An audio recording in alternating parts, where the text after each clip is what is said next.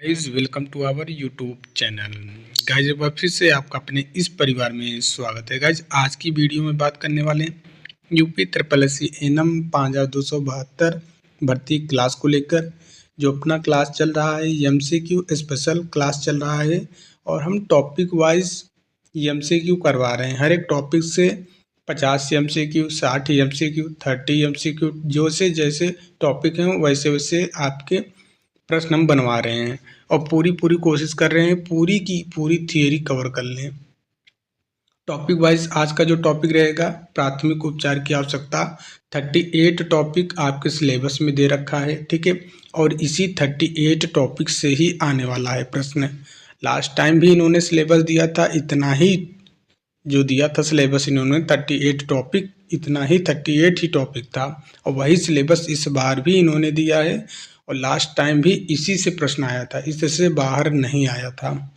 Okay, इसीलिए तो मैं बोलता हूँ कि जो गुरुजन 4000, 5000, 2000 का क्लास फ़ी रखे हुए हैं भैया, 38 टॉपिक का फ़ी इतना कॉस्टली, बहुत ज़्यादा कॉस्टली हो जाता है, बहुत ही ज़्यादा महंगा हो जाता है। तो आप इन छात्रों को भले देखिए, एक अभी बेरोज़गार हैं, आप इन्हीं बेरोज़गार से क्यों पैसे इतना ज़्यादा ले रहे हैं, इस बात का दिक्कत होता है, तकलीफ़ होता है एक बेरोज़गार स्टूडेंट से। उस अब देखिए 2-3 दिन पहले मेरे पास एक मैसेज की थी, बोले कि मुझे 100 रुपये नहीं है मेरे पास, मुझे PDF दे दीजिए। बाकी मैं अपने स्तर से कोशिश कर रहा हूँ कि भैया फ्री कर दूँ, सब कुछ फ्री कर दूँ और वो बदलाव आएगा। जैसे SSC रेलवे में आप पहले क्या था, SSC रेलवे में 10-10 हज़ार रुपये की क्लासें दी जाती थी, लेकिन बदलाव हुआ, इसका विरोध हुआ, अब जाके क्लासें 200 रुपये में, 199 में, ठीक है, केवल 99 में, इतने में मिलने लगी हैं। तो इसमें भी बदलाव आएगा, शुरुआत किए हैं और ये चेंज आएगा, ठीक है, ये चेंज आएगा। और हाँ, एक और चीज़ होगा, जो अभी लड़ते नहीं चुप रहते हैं ना, यूनिटी नहीं। मैं देखिए यूनिटी शुरू से जब आया था, मैं यूनिटी बनाने की कोशिश कर रहा था, हर एक लोगों को इकट्ठा करने की कोशिश कर रहा था कि भैया स्वास्थ्य विभाग में जो चीज़ें दिक्कतें हैं इनमें सुधार होना चाहिए, टाइम से रिक्रूटमेंट, टाइम से हर एक चीज़। लेकिन वो चीज़ देखिए, हर कोई यहाँ पे जो स्वास्थ्य विभाग के टीचर हो चाहे यूट्यूबर्स हो, हर कोई अपना स्वास्थ्य देख रहा है कि हाँ चलिए ये ठीक है, ये ठीक है, लेकिन स्टूडेंट के हित में क्या चीज़ें होनी चाहिए उसके बारे में नहीं सोच रहे हैं। अभी देखिए बड़ी भर्ती आई है, 52-72 पोस्ट आई है एनम की। जो कोई नहीं जानता था एनम क्या होता है, वो भी केवल किस लिए केवल व्यूज, अपना फ़ायदा के लिए यूट्यूब पे आके बता रहे हैं कि ये आएगा, वो आएगा, ये पढ़ लो, यहीं से प्रश्न बनेगा, 100% बनेगा, ये चीज़ बता रहे हैं। तो आप खैर बात की बात है, स्टूडेंट वो अच्छे से पहचानते हैं कि क्या, लेकिन पहचानते क्या है, कलयुग ही है, ठीक है, उनको भी अच्छा लगता है, झूठा चीज़ अच्छा ही लगता है और ये चीज़ समझना ही पड़ेगा। बाकी आपकी इच्छा है, चाहे जो आप कर सकते हैं। तो हम देखिए रेगुलर क्लास आपको नहीं करवा पाएंगे, मेरे पास भी समस्या है, लेकिन हाँ इतना वादा ज़रूर किए कि 3 बार आपका कंप्लीट करवाएंगे एग्ज़ाम से पहले तक, तो 3 बार ज़रूर करवा देंगे। देखिए भैया, रेगुलर क्लास व्यूज़ और ये सब चीज़ें मेरा मोटू है ही नहीं। क्यों मैं वही चीज़ बार बार पढ़ाऊँ, क्यों मैं वही चीज़ बार बार दिखाऊँ, किस लिए? तो जब एक ही चीज़ को बार बार पढ़ाना, अभी ABCD आपको बता देंगे, आप नोट्स बना लेंगे, फिर मैं वही ABCD आके बताऊँ, कुछ अलग थोड़ी नहीं रहेगा, वही चीज़ रहेगा ना, बदल थोड़ी ना जाएगा। फर्स्ट एड के बारे में बता रहा हूँ तो फर्स्ट एड के बारे में अब मैं दोबारा फिर से वही वीडियो बनाऊंगा तो फर्स्ट एड वहाँ पे बदल जाएगा क्या? नहीं बदलेगा ना। CPR के बारे में बता रहा हूँ, CPR का फुल फॉर्म पहली बार एक ही बार में मैं एक ही वीडियो में बता दिया कि CPR का फुल फॉर्म ये होता है। फिर दोबारा से मैं वीडियो लेके आऊँ, फिर से CPR के बारे में बताऊँ, क्या वो CPR का फुल फॉर्म बदल जाएगा? नहीं बदलेगा ना। देखिए लेटेस्ट पैटर्न है, जो आप लोग बोल रहे थे कि 500-500 ऑप्शंस दिए जा रहे हैं, तो हाँ सही बात है, 500-500 ऑप्शन दिए जा रहे थे, लेकिन ज़रूरी नहीं है कि आपके भी पेपर में 500-500 ऑप्शंस आए। एक का मेरे पास पता नहीं किसका वीडियो वो देख के आए थे, मेरे पास कमेंट करने, सर NCERT के बुक से आएगा क्या? अब उनको यही नहीं पता है कि भैया जो देखिए जो रिक्रूटमेंट, जो ये कम्पिटिटिव एग्ज़ाम के किताबें आती हैं, NCERT नहीं, NCERT केवल भैया आपकी 10th की, 9th की, 12th की, 11th की किताबें निकालता है। जो चलती है। साइंस का हो गया, आप साइंस ले सकते हो, जीएस का ले सकते हो, भूमंडल वगैरह जो चलते हैं उन सब का एनसीईआरटी आता है। इन कॉम्पिटिटिव एग्जाम के एनसीईआरटी की कॉपी वो लोग करते हैं। जैसे साइंस की आपके सिलेबस में होता तो हम एनसीईआरटी बेस पे पढ़ा देते हैं कि भैया चलो एनसीईआरटी में 10th की साइंस है या 12th की साइंस है, बता देते हैं। तो आप में आपकी जो एकेडमी में बुकें चलती हैं, एक सभी को पता है मॉड्यूल चलती है, ये एक आपकी बुक है। प्रश्न यहाँ से बनेगा कि एनसीईआरटी से उठाएंगे, और गवर्नमेंट के तरफ से वो बुक दिया जा रहा है, ठीक है। आपके एकेडमिक में जो बुक मॉड्यूल आई है, ठीक है, स्टेट मेडिकल फैकल्टी ने दिया है तैयार करके, तो स्टेट मेडिकल फैकल्टी का ना पूछ कर क्या पूछेगा यार वो। और पेपर टीसीएस नहीं करवा रहा है, टीसीएस करवाता तो मैं मान लेता एनसीईआरटी फॉलो करेगा। पेपर कोई और एजेंसी करवा रही है। टीसीएस का रिकॉर्ड है, जो पेपर टीसीएस करवाती है या फिर बैंक लेवल की जो पेपर होते हैं आईबीपीएससी जो कंडक्ट करवाती है वो ये जो आपका एनसीईआरटी है वो फॉलो करते हैं। और जिसमें जीके वाला पोर्शन रहता है, वहाँ से जीके का क्वेश्चन जैसे जीएस का हुआ, करंट स्टैटिक जीके हुआ, रीजनिंग का हुआ, वहाँ से प्रश्न टीसीएस को घुमाता है, एनसीईआरटी बेस पे करता है। गणित हुआ, अंक गणित हुआ, वो आपके एनसीईआरटी बेस पे फॉलो कर सकते हैं। बाकी आपकी ये सिलेबस कहाँ एनसीईआरटी आपकी एकेडमी में चलती है क्या? आप बोलोगे सर नहीं चलती है, तो कहाँ से एनसीईआरटी आप लगेगी यार? आपने देखा है, डिप्लोमा किया है, कोई एनसीईआरटी नाम से बुक आती थी? नहीं आती थी। मॉड्यूल देखा होगा, मीनाक्षी मेसी देखा होगा, और पर्टिकुलर एक एक सब्जेक्ट का आपने हर एक अलग आथर का देखा होगा। तो कहाँ से एनसीईआरटी आएगी? एनसीईआरटी की बुक सर कहाँ मिलेगी आप पूछ रहे हो? पता नहीं कैसे, क्या ही मैं अब बताऊँ। छोटी से लेकर बड़ी चीज़ें मैं आपको पहले भी बता चुका हूँ, अभी बता रहा हूँ। जो भी अपडेट रहेगा यहाँ पे आपको मिल जाएगा, ठीक है। तैयारी सबसे ट्रस्टेड यूट्यूब चैनल से। हाँ, ये चीज़ की इसके बाद बताने के बाद हर एक जगह आपको देखने को मिल जाएगा, लेकिन छोटी से बड़ी चीज़ें जो रहेंगी यहीं पे आपको दिखेंगी। चलिए, पहला प्रश्न का उत्तर अब बताइए क्या होगा। अब 5 ऑप्शंस हैं, ठीक है। पहला प्रश्न पूछ रहा है कि आप एक प्राथमिक चिकित्सा कर्मी हैं, ठीक है। आप एक प्राथमिक चिकित्सा कर्मी के रूप में सड़क दुर्घटना स्थल पर पहुंचते हैं। प्राथमिक सहायता के सिद्धांतों के अनुसार सबसे पहले क्या करना जरूरी है? ध्यान देना है, आप क्या हैं? एक प्राथमिक चिकित्सा कर्मी के रूप में है, सड़क दुर्घटना हो जाती है या फिर सड़क दुर्घटना के स्थल पर आप पहुंचते हैं, तो आप प्राथमिक सहायता के सिद्धांतों के अनुसार सबसे पहले क्या करना चाहिए? आपको क्या करना चाहिए? आपके पास ऑप्शंस है, सभी घायलों को तुरंत अस्पताल भेजना। दूसरा ऑप्शन है केवल गंभीर रूप से घायल लोगों को प्राथमिकता देना और अन्य को छोड़ देना। सी वाला ऑप्शन बोला है स्थिति का आकलन कर घायलों की प्राथमिकता तय करना और संसाधन जुटाना। और डी वाला ऑप्शन बोला है केवल उन्हीं लोगों की सहायता करना जो सहायता के लिए पुकार रहे हैं। ई वाला ऑप्शन है घायलों को उनके परिवार वालों के पास भेजना। तो आप इनमें से बताइए कौन सा करेक्ट आंसर होगा। उम्मीद करते हैं आप इसका करेक्ट उत्तर दे लिए होंगे। चलिए अब हम जो बता रहे हैं मैच करना, ठीक है। इसका राइट आंसर क्या हो जाएगा सर? देखिए, हम थियरी में अच्छे से पढ़ा चुके हैं, यहाँ पे हम डिटेल में थियरी की चीज़ें नहीं बताएंगे, ठीक है। इसका correct answer option number C, स्थिति का आकलन करें, उसके बाद घायलों की प्राथमिकता तय करना और संसाधन जुटाना। ओके, अब हाँ, व्याख्या आपको हम बता सकते हैं, ये है व्याख्या, यहाँ पे आप पढ़ सकते हो। स्थिति का आकलन कर घायलों को प्राथमिकता तय करना और संसाधन जुटाना, ठीक है। उसको ले जाने के लिए एम्बुलेंस या फिर गाड़ी वगैरह का जो भी है व्यवस्था करना जो तेजी से चल सके।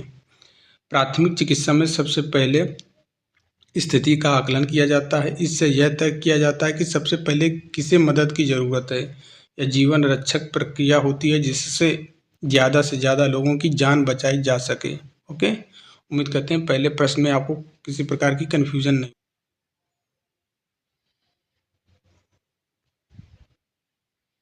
चलिए नेक्स्ट प्रश्न बताइए, प्राथमिक चिकित्सा का मुख्य उद्देश्य जीवन रक्षा करना। एक सेकंड, यहाँ पे प्रश्न नहीं दिखा रहा है शायद, ऑप्शन हाँ, यहाँ पे आपको बताना है नीचे दिए गए कथनों में से कौन सा सही है। आपको कथन दिए हैं भैया, कितने कथन दे दिए हैं? 5 कथन दे दिए हैं। अब आपको ये बताना है कौन सा सही नहीं है। अच्छे लेवल का प्रश्न है, ठीक है। एग्जामिनर भी 50 बार सोचेगा ऐसे प्रश्न सेट करने से, जैसे मैं सेट कर दिया हूँ।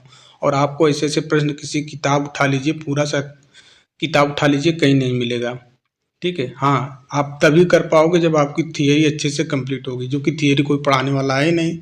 सबको एमसीक्यू चाहिए, आपको भी एमसीक्यू चाहिए, बनाइए एमसीक्यू, ये एमसीक्यू पा जाओगे, गूगल भी कर लेना, आप नहीं पाओगे ऐसे एमसीक्यू। नीचे दिए गए कथनों में से कौन सा सही है आपको बताना है, ठीक है। पहला कथन दिया है कि प्राथमिक चिकित्सा का मुख्य उद्देश्य जीवन रक्षा करना, कौन सा सही नहीं है, कौन सा सही है, ठीक है। नीचे दिए गए कथनों में से कौन सा सही है, कौन सा सही नहीं है। आप थियरी पढ़े रहेंगे तो अच्छे से यहाँ पे बता पाओगे कि ये कथन सही है, ये गलत है। चलिए, यहाँ पे सही पूछा है तो सही बताना है। प्राथमिक चिकित्सा का मुख्य उद्देश्य जीवन रक्षा करना, इसे केवल डॉक्टर ही दे सकते हैं। घायलों को अस्पताल पहुंचाने से पहले सहायता नहीं दी जानी चाहिए।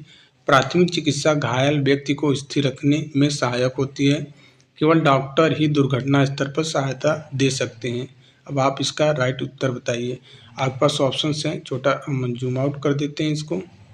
ये ऑप्शन है आपके पास ABCD, केवल एक सही है, केवल 2 सही है। अब आप बताना है, ठीक है। पहला ऑप्शन दिया कि केवल 1 और 4 सही है, दूसरा ऑप्शन दिया है 2 और 3 सही है, तीसरा ऑप्शन दिया है 3 और 5 सही है, और चौथा ऑप्शन दिया है 1, 3, 5 सही है, और ई सभी कथन सही है। बताइए कौन सा सही है। उम्मीद करते हैं आप इसका करेक्ट उत्तर दे लिए होंगे। अब हम जो बता रहे हैं उससे मैच करना आप। तो इसका right answer option number A, 1 और 4 सही है, ठीक है। 1 और 4 सही है। 1 और 4 में क्या दिया है सर, 1 और 4 में दिया कि प्राथमिक चिकित्सा का मुख्य उद्देश्य जीवन रक्षा करना, बिल्कुल सही बात है। और चौथा ऑप्शन दिया है कि प्राथमिक चिकित्सा घायल व्यक्ति को स्थिर रखने में सहायक होता है। जी हाँ, बिल्कुल 1 और 4 सही है, बाकी सारे गलत हैं। ओके, अब इसकी पीडीएफ भैया 100 रुपये फी है, देख के आप प्राप्त कर सकते हो। पीडीएफ से टाइम आपका बचेगा, बहुत सारा बचेगा, ठीक है। देखिए यहाँ पे व्याख्या लिखा है, आप व्याख्या पढ़ लेना। व्याख्या हम थोड़ा जूम कर दे रहे हैं अच्छे से ताकि आपको दिखाए, ठीक है। चलिए हम नेक्स्ट प्रश्न की ओर चलेंगे। प्रश्न नंबर नेक्स्ट है कि प्राथमिक चिकित्सा किट में निम्नलिखित में से कौन सा सामान आवश्यक रूप से होना चाहिए। ओके, आपके पास ऑप्शंस हैं, मरहम पट्टी, एंटीसेप्टिक लोशन, पट्टियाँ और चिपकने वाली टेप, तिकोनी पट्टियाँ, चिपकाने वाली टेप, साबुन, कैंची, तकिया, बेडशीट, कंबल, पट्टियाँ, साबुन, फॉरसेप्स, ये सभी हैं। तो आपको बताना है। और ऑप्शन नंबर ई दिया है, केवल ए और बी। अब बताओ इसका करेक्ट उत्तर क्या होगा। उम्मीद करते हैं आप वीडियो को पॉज करके अच्छे से उत्तर अपना बना लिए होंगे। अब हम जो उत्तर बना रहे हैं इससे मैच करना आप। तो इसका करेक्ट आंसर क्या हो जाएगा, ऑप्शन नंबर ई, केवल ए और बी। क्या सर, केवल ई और बी। मरहम पट्टी, एंटीसेप्टिक लोशन, पट्टियाँ, चिपकाने वाली टेप, और यहाँ पे बी वाला क्या बोला है, तिकोनी पट्टियाँ, ठीक है, जिसको ऑलराउंडर पट्टी बोलते हैं। तिकोनी पट्टी ऑलराउंडर पट्टी है, हर एक चीज़ों में काम आ सकता है। चिपकाने वाली टेप और साबुन, कैंची, ठीक है। बाकी तकिया की ज़रूरत नहीं होती है, साबुन की ज़रूरत भी नहीं होती है। बाकी यहाँ पे तकिया दे रखा है इसलिए ये कैंसिल आउट हो सकता है। ई और बी आपका करेक्ट हो जाएगा, ठीक है। उम्मीद करते हैं आप इसका आंसर अच्छे से बना लिए होंगे। ये व्याख्या है, पढ़ लेना। प्राथमिक चिकित्सा किट में घावों की देखभाल के लिए मरहम पट्टी, पट्टियाँ, चिपकाने वाली टिप आदि जरूरी होते हैं। तकिया और बेडशीट उपयोगी हो सकते हैं, लेकिन यह प्राथमिक चिकित्सा किट के अनिवार्य भाग नहीं है। नेक्स्ट प्रश्न है, आपातकालीन स्थिति में सबसे पहले क्या करना चाहिए। आपके पास ऑप्शन है, दुर्घटना स्थल की सुरक्षा सुनिश्चित करना और घायलों को हटाना। ऑप्शन नंबर बी बोला जा रहा है कि घायलों को ध्यान देना है। ऑप्शन नंबर ए क्या है, दुर्घटना स्थल की सुरक्षा सुनिश्चित करना और घायलों को हटाना। उसके बाद बी वाला है कि घायलों की पहचान कर प्राथमिक चिकित्सा देना। और सी वाला ऑप्शन है कि सभी घायलों को तुरंत अस्पताल भेजना, केवल मृत व्यक्तियों की पहचान कर उन्हें अलग करना। ई वाला ऑप्शन है तुरंत पुलिस को सूचित करना और घटनास्थल छोड़ देना। अब बताइए करेक्ट उत्तर क्या होगा। देखिए इसका right answer option number A, दुर्घटना स्थल की सुरक्षा सुनिश्चित करना और घायलों को हटाना। व्याख्या आप पढ़ सकते हो, किसी भी आपातकाल में पहले घटना स्थल की सुरक्षा सुनिश्चित करनी चाहिए। ओके, जिससे आप भी सुरक्षित रहे। अपने आप को पहले सुरक्षित करना है, बाद में फिर जो है क्लाइंट है, ठीक है, घायल हुआ है व्यक्ति, उसको देखना है। पहले ये आपको तय करना है कि कहीं मुझे तो खतरा नहीं है। पता चले कि एक ही साथ में एक तो जान जा ही रही है, उसके साथ आपकी भी जान चली जाएगी।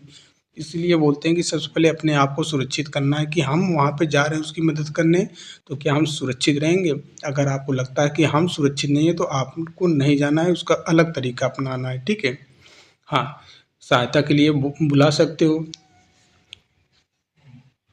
तो इसका व्याख्या आप देख सकते हो, किसी भी आपातकाल में पहले घटनास्थल की सुरक्षा सुनिश्चित करनी चाहिए ताकि अन्य लोग प्रभावित न हों, स्थिति और न बिगड़े। उसके बाद प्राथमिक चिकित्सा देकर घायलों को सुरक्षित स्थान पर ले जाना चाहिए। ओके, नेक्स्ट प्रश्न हम चलते हैं। नेक्स्ट प्रश्न है, कौन सा कथन गलत है आपको बताना है।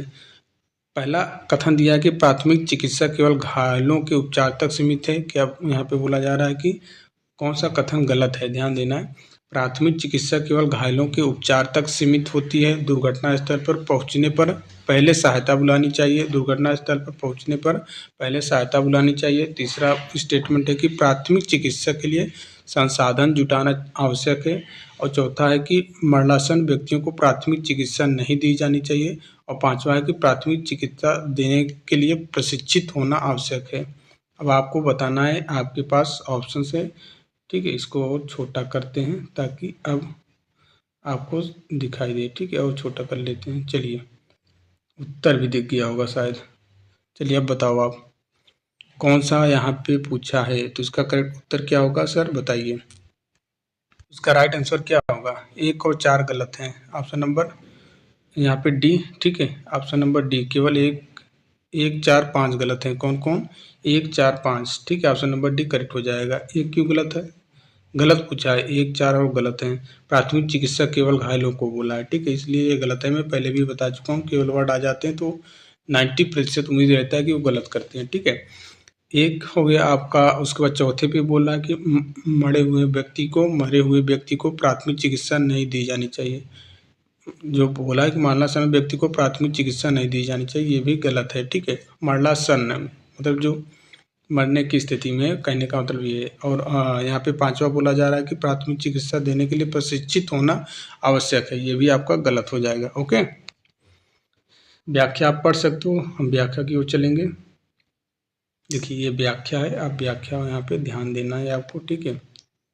प्राथमिक चिकित्सा केवल घायलों तक सीमित नहीं होती, इसमें CPR, शॉक मैनेजमेंट आदि शामिल होते हैं। ओके, और जो मरणासन्न व्यक्ति को भी सहायता दी जानी चाहिए ताकि उसे बचाया जा सके। प्राथमिक चिकित्सा के लिए बुनियादी ज्ञान और प्रशिक्षण जरूरी हो सकता है, लेकिन यह आवश्यक नहीं है कि व्यक्ति प्रोफेशनल ट्रेनिंग प्राप्त कर चुका हो, ठीक है। अगर प्रैक्टिकली भी पता है तब भी आप दे सकते हो। वैसे भी अगर आप मदद तो करना ही, ये करना है, फ़ोन तो कर सकते हो, साधन एम्बुलेंस तो बुला सकते हो, एम्बुलेंस पे बैठा तो सकते हो, अस्पताल तो पहुंचा सकते हो, ये तो कर ही सकते हो ना। हमारे उन गुरुजन के जैसे तुम मत बन जाना कि चाहे रिजल्ट आए, चाहे ज्वाइनिंग हो, चाहे भर्ती हो, चाहे ना हो, हमको बोलना ही नहीं है, ये काम मत करना, ठीक है। चलिए, निम्नलिखित में कौन सा कथन तिकोनी पट्टी के बारे में सही नहीं है? अब यहाँ पे पूछा है निम्नलिखित में कौन सा कथन तिकोनी पट्टी के बारे में सही नहीं है। पहला है कि यह पट्टी गार्किन कपड़े को त्रिकोणीय रूप से काटकर बनाई जाती है। दूसरा है कि इस पट्टी के 3 किनारे और 3 कोने होते हैं, ये तो सही है।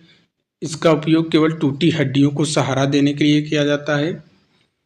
इसे जरूरत पड़ने पर चौड़ी और संकरी पट्टी में बदला जा सकता है। उसके बाद नेक्स्ट है कि इस पट्टी को बांधने के लिए रीफ नॉट या फिर रीफ गांठ का उपयोग किया जाता है। तो कौन सा सही नहीं है पूछा है, ठीक है। चलिए हम जूम आउट करते हैं। वैसे मैंने आपको ऊपर ही बता दिया था कि तिकोनी पट्टी ऑलराउंडर पट्टी है, ठीक है, इससे हर एक काम कर सकते हैं। तो यहाँ पे एक बोला है कि इसका उपयोग केवल टूटी हड्डियों को सहारा देने के लिए किया जाता है। ऑलराउंडर, ठीक है, वो ऑलराउंडर है तो सब कुछ कर सकते हैं, ये कहना गलत हो जाएगा। ऑप्शन नंबर सी, ये आप देख सकते हो, व्याख्या भी आप पढ़ सकते हो अच्छे से। तिकोनी पट्टी का उपयोग मरहम पट्टी को स्थिर करने, रक्त प्रवाह रोकने, सूजन कम करने, टूटी हड्डियों को सहारा देने और घायलों को सहारा देकर उठाने में किया जाता है। यह पट्टी जरूरत पड़ने पर चौड़ी या संकरी पट्टी में बदली जा सकती है। इसमें रीफ नॉट या फिर रीफ गांठ लगाकर स्थिर किया जा सकता है। नेक्स्ट प्रश्न आपको दिखाई दे रहा है कि गोल पट्टी या फिर रोलर बैंडेज के बारे में कौन सा कथन सही नहीं है? कौन सा कथन सही नहीं है, अब आपको बताना है इसका उत्तर, ठीक है। इस विभिन्न चौड़ाई और लंबाई में बनाया जा सकता है। यह विभिन्न वस्त्रों से तैयार की जा सकती है। इसका उपयोग केवल हाथ और टांग की चोटों के लिए किया जाता है। गोल पट्टी को समतल और कसकर लपेटना चाहिए या फिर इसका एक सिरा ड्रम और दूसरा सिरा पूंछ इंड कहलाता है। तो बताइए इसका करेक्ट उत्तर क्या होगा? उम्मीद करते हैं आपने इसका उत्तर दे लिया होगा। अब जो हम बता रहे हैं उससे आप मैच करना। देखिए मैंने आपको पहले हर वीडियो में ऐसे प्रश्न उठाता भी हूँ कि जहाँ पे आपको केवल वर्ड दिखे मैक्सिमम चांस रहता है कि वो गलत हो, ठीक है। तो कौन सा कथन सही नहीं है? कौन सा कथन सही नहीं है सर? देखिए केवल किस में है, हम पता करते हैं केवल किस में है, कौन से कथन में है, ठीक है, कौन से कथन में है। इसका उपयोग केवल, एक सेकेंड यहाँ पे आ गया, केवल, ये थर्ड वाले में। तो यही तो गलत होगा, केवल 3 गलत है और बाकी में है ही नहीं केवल। तो वैसे भी आप बना सकते हो, नहीं पढ़े हो तब भी आसानी से उत्तर बना लेते हो। इस तरीके से मैं पढ़ाता हूँ और ऐसे ही प्रश्न आते हैं, ये नहीं कि ऐसे प्रश्न नहीं आएंगे सर, ठीक है, ऐसे प्रश्न आएंगे, बिल्कुल चिंता करने की जरूरत नहीं है, लेटेस्ट पैटर्न पे है। देखिए व्याख्या आप पढ़ सकते हो, गोल पट्टी का उपयोग केवल हाथ और टांग तक सीमित नहीं होता है, बल्कि इसे सिर, धड़, उंगलियां आदि पर भी उपयोग किया जा सकता है। रोल पट्टी जो आप इस्तेमाल करते हैं कटने पर। चलिए नेक्स्ट प्रश्न है कि रीफ गांठ का उपयोग किस लिए किया जाता है? घाव को खोलने के लिए, बैंडेज को स्थिर करने के लिए, या फिर सूजन बढ़ाने के लिए, या फिर रक्त प्रवाह को तेज करने के लिए, या फिर पैर की हड्डी को जोड़ने के लिए? सर इसका करेक्ट आंसर हो जाएगा ऑप्शन नंबर बी, बैंडेज को स्थिर करने के लिए। ठीक है, बैंडेज को स्थिर करने के लिए, ये व्याख्या आप पढ़ सकते हो अच्छे से। रीफ गांठ का उपयोग बैंडेज को मजबूती से बांधने और उसे स्थिर रखने के लिए किया जाता है। नेक्स्ट प्रश्न आपके सामने है, निम्नलिखित में से कौन सा बैंडेज लगाने का तरीका नहीं है? आपके पास ऑप्शंस हैं, आप इसका राइट उत्तर बताइए। साधारण पेचकार पट्टी, उल्टी पेचदार पट्टी, या फिर आपका स्पाइका पट्टी, या फिर ट्रांसवर्सल नॉट पट्टी, या फिर अंग्रेजी के 8 के आकार की पट्टी। बहुत अच्छे से मैं पढ़ा चुका हूँ 8 के बारे में, क्योंकि ये यहाँ से प्रश्न बना था आपके भर्ती परीक्षा में लास्ट टाइम में। इसका करेक्ट आंसर हो जाएगा option number D, transversal not पट्टी। ठीक है, ये कोई पट्टी नहीं है, बाकी बैंडेज लगाने के समान तरीके साधारण पेचदार पट्टी, उल्टी पेचदार पट्टी, स्पाइका, ठीक है, 8 आकार की पट्टी, ये सारी पट्टियां हैं, बाकी वो नहीं। नेक्स्ट प्रश्न है कि यदि किसी व्यक्ति के टखने में मोच आ गई हो तो किस प्रकार की पट्टी सबसे उपयुक्त होगी? आपके पास ऑप्शन है, बताइए किस प्रकार की होगी। उम्मीद करते हैं आप इसका राइट आंसर दे लिए होंगे। चलिए अब हम बताते हैं। इसका करेक्ट आंसर हो जाएगा स्पाइका पट्टी। ध्यान देना, स्पाइका पट्टी। यदि किसी व्यक्ति के टखने में मोच आ गई हो तो किस प्रकार की पट्टी सबसे उपयुक्त है?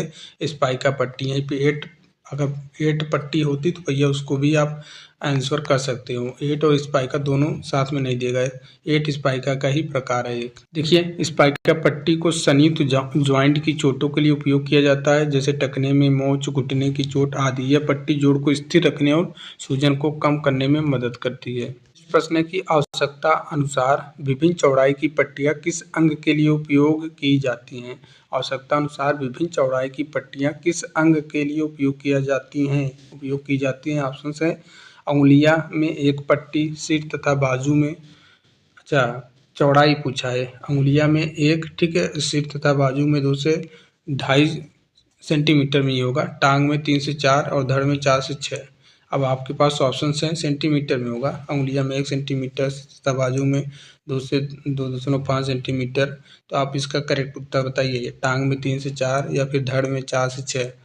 ऑप्शन नंबर ए दिया है केवल 1 और 2 सही है, ऑप्शन बी दिया है केवल 3 और 4 सही है, ऑप्शन सी दिया है सभी सही है, ऑप्शन डी दिया है केवल 1 और 3 सही है, ऑप्शन ई दिया है इनमें से कोई नहीं। उम्मीद करते हैं आप इसका राइट आंसर दे लिए होंगे। देखिए इसका correct answer option number C, सभी सही है। ठीक है, आपको मैं ये प्रश्न जानबूझकर, ताकि आपको चौड़ाई भी ध्यान में रहे, ठीक है, अंगुलियों के लिए कितनी चौड़ी, 1 सेंटीमीटर, सिर तथा बाजू की इतना, ये 3 4, ठीक है। देखिए पट्टी की चौड़ाई अंग के अनुसार तय की जाती है, छोटे अंगों के लिए छोटी पट्टी और बड़े अंगों के लिए चौड़ी पट्टी का उपयोग किया जाता है, ध्यान देना है आपको। ठीक है, नेक्स्ट प्रश्न की ओर चलेंगे।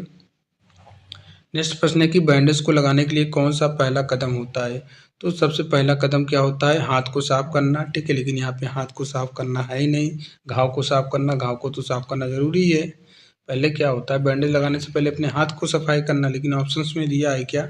ऑप्शन में दिया है क्या? अगर यहीं पे ई पे दे देता कि इनमें से कोई नहीं, तब तो हम ही मार देते इनमें से कोई नहीं, लेकिन यहाँ पे दिया है कि कौन सा पहला कदम होता है? तो घाव को साफ करना, पहले हाथ साफ करेंगे, फिर घाव को साफ करेंगे, फिर उसके बाद आगे की प्रक्रिया करेंगे। ठीक है, चलिए व्याख्या आप पढ़ सकते हो यहाँ पे। किसी बैंडेज लगाने से पहले घाव को साफ करना अनिवार्य होता है ताकि संक्रमण ना फैले।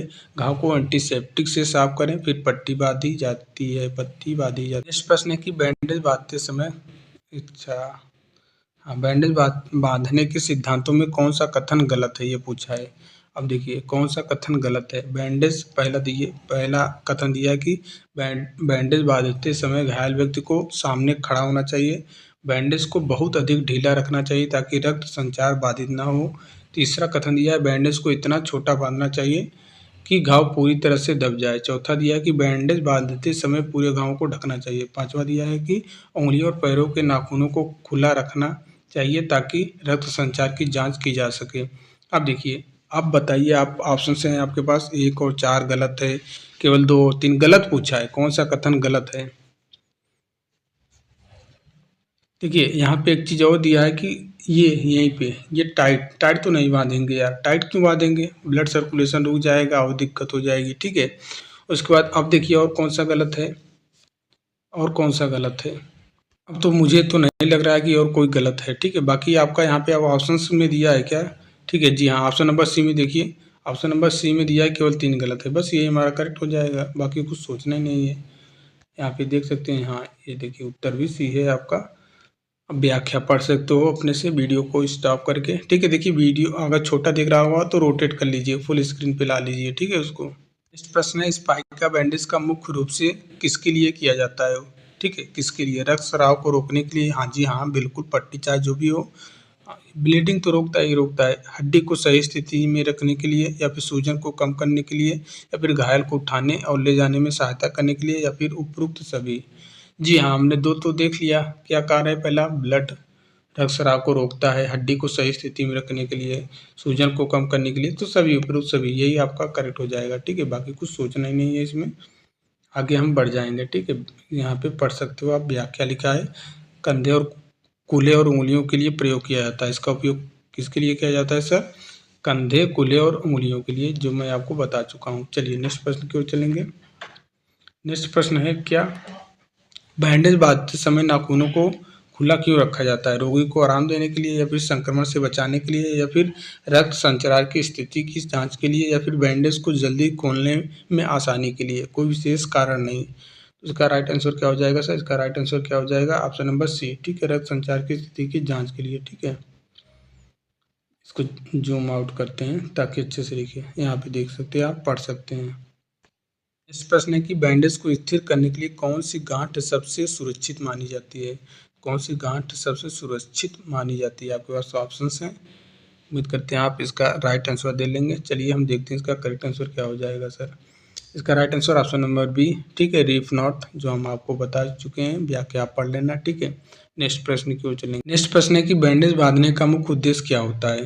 तो मुख्य उद्देश्य क्या है? आपके पास ऑप्शन है। पहला ऑप्शन बोला है कि संक्रमण को रोकना, दूसरा ऑप्शन है रक्तस्राव को रोकना, तीसरा ऑप्शन है घायल अंग को सहारा देना, चौथा ऑप्शन है सूजन को कम करना, और पांचवा ऑप्शन है उपरोक्त सभी। तो इसका राइट आंसर ऑप्शन नंबर ई, उपरोक्त सही हो जाएगा। ठीक है, सभी सही है, पढ़ सकते हैं आप व्याख्या अच्छे से। चलिए हम नेक्स्ट प्रश्न की ओर चलेंगे। नेक्स्ट प्रश्न है कि खोपड़ी पर बैंडेज लगाने के दौरान पहला चरण क्या होगा? तो पहला चरण क्या है? आपके पास ऑप्शन है। बैंडेज को, पहला ऑप्शन बोला है बैंडेज को सिर के पीछे से शुरू करना, बैंडेज को माथे पर मोड़ना, बैंडेज को कोनों कानों के ऊपर लपेटना, डी ऑप्शन है बैंडेज के छोर को गर्दन के ऊपर बांधना, और ये ऑप्शन है बैंडेज को सिर के ऊपर गांठ लगाना। तो बैंडेज को क्या करेंगे? तो इसका राइट आंसर हो जाएगा ऑप्शन नंबर बी, बैंडेज को माथे पर पहले मोड़ेंगे। ठीक है, ये व्याख्या आप पढ़ सकते हो अच्छे से। नेक्स्ट प्रश्न की ओर चलेंगे। नेक्स्ट प्रश्न है कि बैंडेज को फिक्स करने के लिए कौन सी विधि सबसे उपयुक्त है? कौन सी विधि सबसे उपयुक्त है? ऑप्शन है सेफ्टी पिन से जोड़ना, चिपकने वाली टिप का उपयोग करना, गांठ बांधना, उपरोक्त सभी इनमें से कोई नहीं। उम्मीद करते हैं इसका भी आपने सही उत्तर दिया होगा, या उपरोक्त सभी। ठीक है, ऑप्शन नंबर डी, उपरोक्त सभी। आप सेफ्टी पिन लगा सकते हैं, चिपकाने वाला टिप भी लगा सकते हैं, गांठ बांध भी सकते हैं। ओके, नेक्स्ट प्रश्न की ओर चलें। नेक्स्ट प्रश्न है, स्पाइक का बैंडेज का मुख्य रूप से किन अंगों के लिए उपयोग किया जाता है? आपके पास ऑप्शन हैं। इसका correct answer option number A, कंधा और कुल्ला के लिए, मैं पहले भी बता चुका हूँ। प्रश्न है कि गोलाकार अंग जैसे कि सिर, गाल या आंख के आसपास बैंडेज बांधने की सही विधि क्या है? आप पढ़ लेना। ठीक है, बहुत बड़े बड़े ऑप्शंस हैं, तो इसका करेक्ट आंसर पढ़ के आप बताइए, हम ही नहीं पढ़ेंगे। ठीक है, उम्मीद करते हैं आप इसका करेक्ट आंसर दे लिए होंगे। अब हम जो बता रहे हैं मैं इसका right answer option number A, bandage के मध्य भाग को चोट के केंद्र में रखकर सिर गर्दन के पीछे बांधना। ये व्याख्या है, व्याख्या पढ़ लेना। चलिए हम नेक्स्ट प्रश्न की ओर चलेंगे। प्रश्न है, सिर पर बैंडेज लगाने की पहली प्रक्रिया क्या होती है? आप पढ़ लेना, बहुत बड़े बड़े ऑप्शन हैं, उम्मीद करते हैं आप इसका करेक्ट आंसर दे लिए होंगे। ठीक है, प्रश्न पूछा है कि सिर पर बैंडेज लगाने की पहली प्रक्रिया क्या होती है? तो पहली प्रक्रिया क्या होती है? पहली प्रक्रिया यही है कि सर बैंडेज के मध्य भाग को चोट के ऊपर रखकर दोनों सिरों को कंधे के ऊपर ले जाना। आप बताइए ये आप जब थियरी पढ़े रहेंगे तभी तो बना पाएंगे, इसीलिए मैं ऐसे प्रश्न करवा रहा हूँ। छाती की चोट, अब ये व्याख्या आप पढ़ लेना, ठीक है। नेक्स्ट प्रश्न है कि कोहनी के लिए सही बैंडेज विधि क्या है। अब आप बताइए कोहनी के लिए सही। देखिए आप थियरी नहीं पढ़ें, बार बार बोल रहा हूँ, प्लेलिस्ट में थियरी है, पहले उसको जाके पढ़ें, तभी प्रश्न आसानी से बना पाएंगे।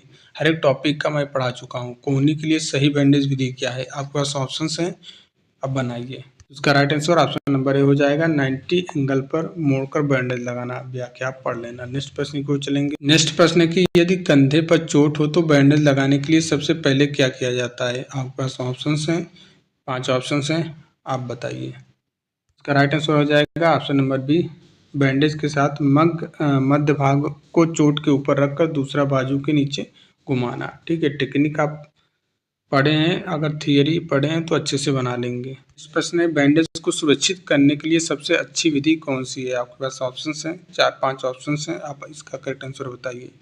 देखिए इसका राइट आंसर बताइए, बैंडेज को सुरक्षित करने के लिए सबसे अच्छी विधि कौन सी है। इसका right answer option number D हो जाएगा, ऊपर दिए गए सभी। ठीक है, बैंडेज को गांठ, सेफ्टी पिन और चिपकने वाली टिप के माध्यम से सुरक्षित किया जा सकता है। यह इस पर निर्भर करता है कि कौन सा तरीका अधिक सुविधाजनक है। आपके पास ऑप्शंस थे, देखिए बैंडेज को सिरे को गांठ पे बांधना, बैंडेज को सेफ्टी पिन से जोड़ना, चिपकने वाली टिप का उपयोग करना। 2 प्रश्न आपको ऐसे दिख चुके हैं। नेक्स्ट प्रश्न है कि कंधे पर चोट के लिए स्लिंग बैंडेज का उपयोग क्यों किया जाता है। आपके पास ऑप्शंस हैं, इसका राइट आंसर बताइए। स्लिंग बैंडेज का उपयोग क्यों किया जाता है। ठीक है, ध्यान देना है, स्लिंग बैंडेज का उपयोग क्यों किया जाता है। ऑप्शन से बाजू को सहारा देने के लिए, ऑप्शन बी रक्तस्राव को रोकने के लिए, सूजन कम करने के लिए, ऊपर दिए गए सभी इनमें से कोई नहीं। तो इसका right answer option number D, ऊपर दिए गए सभी। ठीक है, चलिए व्याख्या आप पढ़ सकते हो। नेक्स्ट प्रश्न की ओर चलेंगे। नंबर नेक्स्ट है कि यहाँ पे पूछा जा रहा है कि कोहनी पर बैंडेज लगाने के लिए कौन सा बैंडेज का प्रकार सबसे उपयुक्त है। ये भी आपका रिपीटेड ही है, स्पाइका बैंडेज। ठीक है, प्रश्न है कि अगर सिर पर चोट हो और खोपड़ी और बैंडेज लगाया जाए तो सही तरीका क्या है। खोपड़ी पर बैंडेज लगाया जाए तो सही तरीका क्या है। सिर पर चोट लगी है भैया, खोपड़ी पर बैंडेज लगाया जाता है, तो सही तरीका क्या है। आपके पास ऑप्शन से पहला ऑप्शन बोल रहा है कि बैंडेज को माथे पर मोड़कर सिर के पीछे ले जाना, बैंडेज को कानों के नीचे नहीं, गलत। बैंडेज को गर्दन पर कसकर, अरे भैया सिर पे चोट लगी है तो गर्दन पे काय बांधेंगे, गर्दन उसको फांसी लगाना है क्या। बैंडेज को बिना बांधे छोड़ देना, ये भी गलत। बैंडेज को केवल एक सिर पे फिक्स करना, ये भी गलत, खुल जाएगा। ऑप्शन नंबर 1 करेक्ट हो जाएगा। ठीक है, बाकी यहाँ पे अब हम बताएंगे नहीं। ठीक है, यहाँ पे व्याख्या आप देख सकते हो, व्याख्या आप पढ़ लेना। नेक्स्ट प्रश्न है कि प्राथमिक उपचार का सबसे पहला उद्देश्य क्या है। रोग की स्थिति, ये तो आपको पढ़ी ही है ना, फिर से प्रश्न आ गया। रोग की स्थिति को स्थिर करना, पीड़ा को पूरी तरह समाप्त करना, रोग को तुरंत अस्पताल ले जाना, रोगी को अधिक से अधिक दवाइयाँ देना, इनमें से कोई नहीं। तो भैया क्या हो जाएगा, रोगी की स्थिति को स्थिर करना, ऑप्शन नंबर 1 करेक्ट हो जाएगा। ठीक है, व्याख्या इसका जरूरी है, व्याख्या आपको पढ़ा बता देते हैं। ये देखिए व्याख्या आप पढ़ सकते हो ताकि याद रहे आपको। नेक्स्ट प्रश्न की ओर चलेंगे। नेक्स्ट प्रश्न, अच्छा इसका ऑप्शन दिख गया क्या आपको। चलिए नेक्स्ट प्रश्न देखिए, यदि कोई व्यक्ति बेहोश हो गया है तो प्राथमिक उपचार में सबसे पहले क्या करना चाहिए। रोगी के चेहरे पर ठंडा पानी डालना चाहिए, रोगी के कपड़े ढीले करना चाहिए और वायुमार्ग को साफ करना चाहिए, रोगी को झकझोर उठाने की कोशिश करना चाहिए, रोगी को तुरंत सीधा। देखिए इनमें से कौन सा सही होगा। यदि कोई व्यक्ति बेहोश हो गया है तो प्राथमिक उपचार में सबसे पहले क्या करना चाहिए। रोगी के चेहरे पर ठंडा पानी डालना चाहिए, रोगी को कपड़े ढीले करना और वायुमार्ग को साफ करना, या फिर रोगी को झकझोर उठाने की कोशिश करना, या फिर रोगी को तुरंत सीधा। ये सारे बकवास ऑप्शन है, आपका ऑप्शन नंबर बी करेक्ट हो जाएगा। ठीक है, व्याख्या आपको हम बता दे रहे हैं, व्याख्या आप पढ़ लेना। ठीक है, ये देखिए व्याख्या है, पढ़ लेते हैं। रोगी के कपड़े ढीले करना, वायुमार्ग को साफ करना। चलिए नेक्स्ट प्रश्न की ओर चलेंगे। इस प्रश्न इंपॉर्टेंट और अच्छा प्रश्न है, पूछा रहा है कि प्राथमिक उपचार को गोल्डन रूल के अनुसार सबसे पहले महत्वपूर्ण कार्य कौन सा है। तुरंत लेकिन धैर्यपूर्वक कार्य करना, या फिर रोगी को लगातार पानी पिलाना। पानी पिलाना गलत। रोगी को अस्पताल ले जाने से पहले उसे चलने के लिए मजबूर करना, रोगी के शरीर को पूरी तरह से ढक देना, या फिर इनमें से कोई नहीं। ठीक है, इनमें से कोई नहीं, बताइए कौन सा। देखिए आपके भर्ती परीक्षा में ऐसे अभी ऑप्शन आएंगे जो सभी गलत रहेगा। ठीक है, तो इनमें से कोई नहीं, आपको करना भी पड़ेगा वो। देखिए इसका करेक्ट आंसर क्या हो जाएगा, तुरंत। ठीक है, घबराना नहीं है, लेकिन जो भी करना है धैर्यपूर्वक और तुरंत करना है। ऑप्शन नंबर 1 करेक्ट हो जाएगा। ओके, व्याख्या आप पढ़ सकते हो यहाँ पे। तुरंत लेकिन धैर्यपूर्वक कार्य करना। प्राथमिक उपचार के नियमों के अनुसार घबराहट में कोई भी कदम नहीं उठाना चाहिए और धैर्यपूर्वक कार्य करना चाहिए। ओके। आसान प्रश्न है, छोटा प्रश्न है। निम्नलिखित में किस स्थिति में प्राथमिक उपचार की आवश्यकता नहीं होती है? तो इसका करेक्ट आंसर बताइए। तो हल्की खरोच में नहीं, बाकी सांस लेने में कठिनाई है तो सीपीआर देना ही पड़ेगा। भारी रक्तस्राव, ठीक है, यहाँ पे भी पट्टी बांधना पड़ेगा। डायरेक्ट पट्टी नहीं है तो और भी तरीका है जो थियरी में आपको बताएं। सिर में चोट लगना, डूबने की स्थिति में, सभी में है, लेकिन हल्की खरोच में नहीं है। व्याख्या आप पढ़ सकते हो, यहाँ पे लिखा है सही उत्तर हल्की खरोच में। हल्की खरोच जैसे छोटी मोटी चोटों में प्राथमिक उपचार की आवश्यकता नहीं होती, लेकिन गंभीर स्थितियों में तुरंत कार्रवाई करनी चाहिए। इस प्रश्न की ABC ऑफ फर्स्ट एड का सही अर्थ क्या है?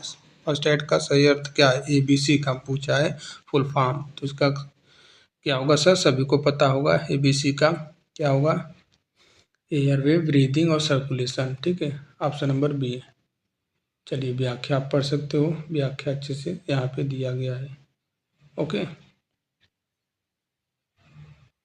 एयरवे वायुमार्ग खोलना, ब्रीदिंग सांस लेना सुनिश्चित करना, सर्कुलेशन रक्त संचार बनाए रखना। चलिए अब यहीं से आपको ऐसे भी पूछ सकता है, सी का अर्थ बताइए ABC में। तो क्या होगा सर सी का? अभी हमने ऊपर देखा सर्कुलेशन, ठीक है। नेक्स्ट प्रश्न की ओर चलें। इस प्रश्न की यदि दुर्घटना स्तर पर कोई व्यक्ति बेहोश पड़ा है तो प्राथमिक उपचारकर्ता को सबसे पहले क्या करना चाहिए? तो सबसे पहले क्या करना चाहिए बताइए। रोगी के वायुमार्ग को खोलना चाहिए या फिर रोगी को सीधे खड़ा कर देना चाहिए? देखिए इसका राइट आंसर क्या हो जाएगा? रोगी के वायुमार्ग को खोलना चाहिए, ऑप्शन नंबर सी। बाकी ये गलत, झकझोरना नहीं है। गर्दन को तुरंत हिलाना चाहिए, गलत है, ठीक है। रोगी को सीधे खड़ा कर देना चाहिए, गलत है। बेहोश है तो काहे खड़ा करेंगे, ठीक है। ऐसे अपने मनमानी क्या है, व्याख्या आप पढ़ सकते हो अच्छे से। इस प्रश्न की जो ट्रंगल है, ठीक है, त्रिसूत्री जिसको बोलते हैं, त्रिसूजी की तत्कालिक श्रेणी में किस प्रकार के रोगी आते हैं? त्रिसूजी, ठीक है। ट्राइएज हमने आपको पढ़ाया था ना, ट्राइएज के बारे में। तो बताइए यहाँ पे क्या हो जाएगा इसका उत्तर सही? इसका राइट आंसर क्या हो जाएगा सर? इसका right answer option number B, जिन्हें दिल का दौरा पड़ा हो या गंभीर रक्तस्राव हो, ठीक है। देखिए तत्कालिक श्रेणी में उन मरीजों को रखा जाता है जिन्हें गंभीर रक्तस्राव, हृदय रोग या फिर जानलेवा चोट है। वही तो पूछा है। ट्राइस की तत्कालीन इमरजेंसी श्रेणी में किस प्रकार के रोगी आते हैं, ठीक है। इस प्रश्न की यदि किसी व्यक्ति की हड्डी टूट गई हो तो प्राथमिक उपचार में क्या करना चाहिए? क्या करना चाहिए? जबरदस्ती सीधा करने की कोशिश करेंगे, ऑप्शन नंबर ए। तो वैसे गलत है। रोगी को तुरंत पानी पिलाना चाहिए, बिल्कुल, ये बी वाला भी गलत है। टूटी हुई हड्डी को स्थिर कर देना चाहिए, ठीक है, ऑप्शन नंबर सी करेक्ट हो जाएगा। ऑप्शन नंबर सी राइट है। तो इसका राइट आंसर आप देख सकते हो। और टूट गई है तो प्राथमिक उपचार क्या करना चाहिए सर? टूटी हुई हड्डी को स्थिर कर देना चाहिए। नेक्स्ट प्रश्न की ओर चलेंगे। प्रश्न नंबर नेक्स्ट है कि घोर विपत्ति के दौरान प्राथमिक उपचार में सबसे महत्वपूर्ण कार्य क्या होता है? तो सबसे इम्पोर्टेंट कार्य क्या होता है सर? ट्राइस के अनुसार घायलों को प्राथमिकता तय करना चाहिए, ठीक है, ऑप्शन नंबर बी करेक्ट हो जाएगा, ठीक है। इसका व्याख्या आप देख सकते हो अच्छे से, व्याख्या यहाँ पे लिखा है। चलिए हम नेक्स्ट प्रश्न की ओर चलेंगे। नेक्स्ट प्रश्न है कि यदि किसी व्यक्ति को रीढ़ की हड्डी में चोट लगी हो तो प्राथमिक उपचारकर्ता को क्या करना चाहिए? तो क्या करना चाहिए सर? इसका राइट आंसर क्या हो जाएगा? रोगी को हिलाने डुलाने से बचाना चाहिए, ठीक है। चलिए नेक्स्ट प्रश्न की ओर चलेंगे। नेक्स्ट प्रश्न है कि सर निम्नलिखित में कौन सा संसाधन प्राथमिक उपचार के लिए सबसे अधिक महत्वपूर्ण है? बताइए। प्राथमिक उपचार का प्रशिक्षण प्राप्त व्यक्ति या फिर राजनीतिक सहयोग, गलत। टीवी और समाचार पत्र, ठीक है। बताइए सिर्फ अस्पताल के एम्बुलेंस या फिर इनमें से कोई नहीं। तो इसका राइट आंसर क्या हो जाएगा सर? ऑप्शन नंबर बी, प्राथमिक उपचार का प्रशिक्षण प्राप्त व्यक्ति। चलिए नेक्स्ट प्रश्न की ओर चलेंगे। व्याख्या आप देख सकते हो। नेक्स्ट प्रश्न है कि निम्नलिखित में से कौन सी स्थिति गंभीर श्रेणी में आती है, ठीक है। हल्की चोट, हड्डी का बंद फ्रैक्चर या फिर सिर पर गंभीर चोट जिससे बेहोशी हो जाए या फिर दिल का दौरा पड़ा या फिर इनमें से कोई नहीं। ठीक है, दिल का दौरा पड़ना ये तो इमरजेंसी हो जाएगा, तत्कालीन। यहाँ पे गंभीर बोला है, ठीक है, सीरियस कैटेगरी में। तो सिर पर देखिए इसका करेक्ट आंसर क्या हो जाएगा? हड्डी का बंद फ्रैक्चर, ठीक है, क्लोज फ्रैक्चर, ये आपका करेक्ट हो जाएगा। यहाँ पे आप व्याख्या भी देख सकते हो। प्रश्न नंबर नेक्स्ट है कि विलंबित या अपेक्षित श्रेणी में किस प्रकार के रोगी आगे आते हैं। विलंबित या अपेक्षित श्रेणी में किस प्रकार के रोगी आते हैं, इसका राइट आंसर बताइए। राइट आंसर क्या हो जाएगा सर, जिनका जान बचाना असंभव है। ठीक है, मतलब जिनका जान आप बचाने की संभावना बहुत कम हो। ठीक है, असंभव नहीं, मतलब संभावना कम है, पॉसिबिलिटी कम हो, तो यही आपका करेक्ट आंसर हो जाएगा। इस श्रेणी में उन मरीजों को रखा जाता है जिनकी चोट। तो गाइज आज की जो ये टॉपिक था आपका प्राथमिक उपचार की आवश्यकता, जितने सारे प्रश्न बन सकते हैं इस टॉपिक से, केवल प्राथमिक उपचार की आवश्यकता से। बाकी आपका फर्स्ट एड का तो बहुत सारा टॉपिक है, लेकिन जो आपके सिलेबस में दिया है प्राथमिक उपचार की आवश्यकता, वो हमने कंप्लीट करवा दिया है, बेसिक से लेकर हार्ड लेवल तक करवा दिया है। अब आपको अगर ये देख लेते हैं तो ज़रूरत नहीं है। ठीक है, और भी एक्स्ट्रा चीज़ें देखने की ज़रूरत नहीं है। नेक्स्ट में हम और भी चीज़ें पढ़ेंगे। ठीक है, प्राथमिक उपचार से आपके सिलेबस में जो 38 टॉपिक दिया है, इन्होंने क्या किया है, 3 टॉपिक ऐसे दिए हैं जो फर्स्ट एड से हैं, तो हमने एक टॉपिक कर लिया, अभी 2 टॉपिक और बच रहे हैं जो फर्स्ट एड से कंप्लीट हो जाएंगे। आपके भर्ती परीक्षा में 3 नंबर आएंगे इसी फर्स्ट एड के टॉपिक से। ठीक है, उम्मीद करते हैं आपको सारे के सारे एमसीक्यू पसंद आए होंगे। अगर पसंद आए होंगे तो भैया वीडियो को लाइक किए बिना मत जाइएगा और शेयर भी कर दिया करिए। जल्द से जल्द 1000 व्यू कंप्लीट किया करिए ताकि नेक्स्ट क्लासें आएँ। ठीक है, आप बोलते हो क्लास तो 1 के आता है, तो 1 के व्यूज़ होता है लास्ट वीडियो पे, तुरंत वीडियो आ जाती है, तुरंत नया टॉपिक आ जाता है। तो ये टारगेट आप अचीव कर लिया करिए जल्दी से। ठीक है, तो मिलते हैं नेक्स्ट वीडियो में, तब तक के लिए जय हिंद, जय भारत।